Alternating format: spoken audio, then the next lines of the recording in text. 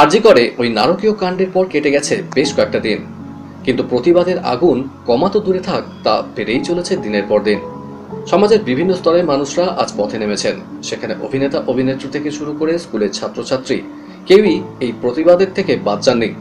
এমনকি সন্দীপ ঘোষের প্রাক্তন স্কুল বনগাঁ স্কুলের তরফ থেকেও পথে নেমেছেন সেখানকার শিক্ষক শিক্ষিকা ও ছাত্রছাত্রীরা।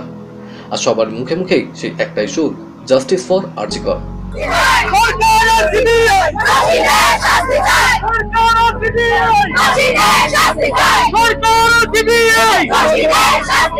নারকীয় ঘটনার প্রতিবাদে এবং দোষীদের দৃষ্টান্তমূলক শাস্তির দাবিতে সম্প্রতি টালিগঞ্জের কিশোর কুমারের মূর্তি সংরক্ষণ এলাকায় আর্টিস্ট ফোরামের গণ অবস্থান হয়।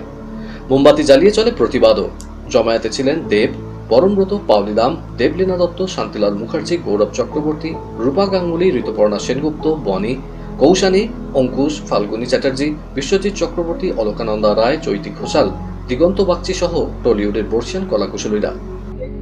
সবচেয়ে বড় এখন যেটা দরকার সেটা হচ্ছে ক্যাপিটাল পানিশমেন্ট।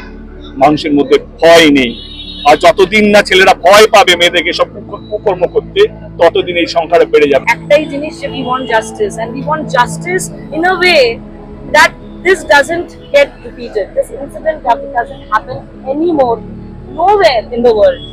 এটার এগেইনস্টে একটা কোনো একটা দৃষ্টান্তমূলক মানে একটা পানিশমেন্ট তো আসা উচিত, যেটাতে মানুষ এক সেকেন্ডের জন্য ভাবে চড়ে বাবা আমাদের মানে আমরা আমাদের জীবন চলে যাবে, ভীতি সঞ্চার হবে। এই ভীতি সঞ্চারটা তো নেই। এই যে মানে ভয় পাওয়ার ব্যাপারটা তো চলেই গেছে। তার মানে ভয় যদি কেউ না পায়, দৃষ্টান্তমূলক শাস্তিটা না হয়, তাহলে তো এটা ঘটতেই থাকবে। আমরা সবাই মিলে যদি শপথ নিই যে আমরা কোনোভাবেই রাজনৈতিক দল, মত, জাত, ধর্ম এসবের হিসেব করব না, যে যেখানে অপরাধী হবে তার উপর তার সাজা পাওয়ার জন্য সবাই আন্দোলন করবে। যে যেখানে হবে, যে রাজ্যে হবে, সে রাজ্যের জন্য সবাই সোচ্চার হবে, সবাই বক্তব্য রাখবে, বেছে বেছে নয়। একটা সমস্ত আর্টিস্ট ফোরামের মানে সর্বস্তরে যেহেতু দাবিটা উঠছে এবং একটা গণ অভ্যুত্থান, সেখানে মানে সবারই একটা দায়িত্ব থাকে। সেখানে আর্টিস্ট ফোরামও তার দাবি জানিয়েছে, বিচার চাই এবং বিচারের নামে কোনো প্রহসন চাই না, এবং এবারে সত্যিকারের বিচার চাই।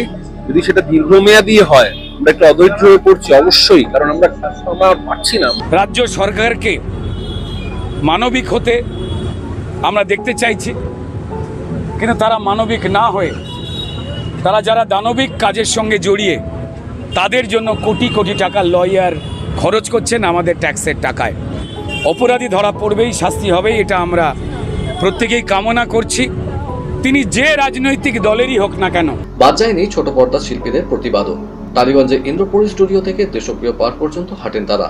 ছিলেন শ্রুতি দাস, অঞ্জনা বসু, মৈনাক বন্দ্যোপাধ্যায়, মানসী সিনহা, ভাস্বর চট্টোপাধ্যায়, কনিনিকা, রূপমা রায়, জয়জিৎ, রাহুল অরুণোদয় ব্যানার্জি সহ আরো অনেকেই। আমরা জনসাধারণ শুধুমাত্র ভোট দেওয়ার জন্য নয়, আমাদের গণতান্ত্রিক অধিকার আছে, আমরা জাস্টিস চাইব, কারণ সেটা আমাদের অধিকার, আমাদের সংবিধানে সেই অধিকার আমাদেরকে দেওয়া আছে। শিল্পী নয়, প্রত্যেক মানুষ মাঠে নেমেছে। এই লড়াই থামবার নয় যতক্ষণ না সঠিক বিচার আসবে। সঠিক বিচার চাই, মনুষ্যত্বের লড়াই চলছে। তোরাই সবকিছু চোখের সামনে খুলে দিয়েছিস, তাই জানতে পেরেছি এবং পথে নেমেছি। দরকার, জরুরি, প্রত্যেকের জন্য। যতক্ষণ না পর্যন্ত বিচার এবং অরিজিনালি যারা এটা কালপ্রিট আর কি তাদের ধরা এবং তাদেরকে যথাযথ শাস্তির ব্যবস্থা না করা যাচ্ছে, ততক্ষণ পর্যন্ত এই আন্দোলন থামবে না।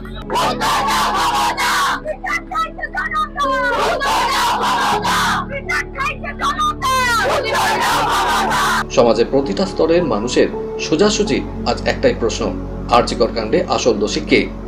কবে তার সঠিক সাজা হবে? একমাত্র সময় পারবে তার সঠিক উত্তর দিতে।